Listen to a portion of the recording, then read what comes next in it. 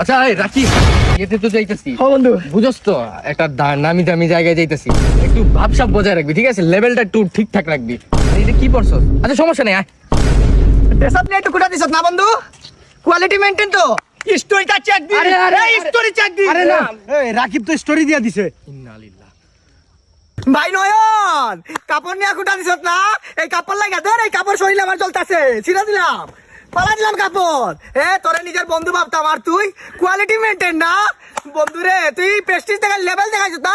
এই বেটা দেখ, পিছনে গাড়িটা দেখতেছ না, গাড়ির ভিতরে যে জ্যাকেটটা দেখতেছ 10,000 টাকা নিছে।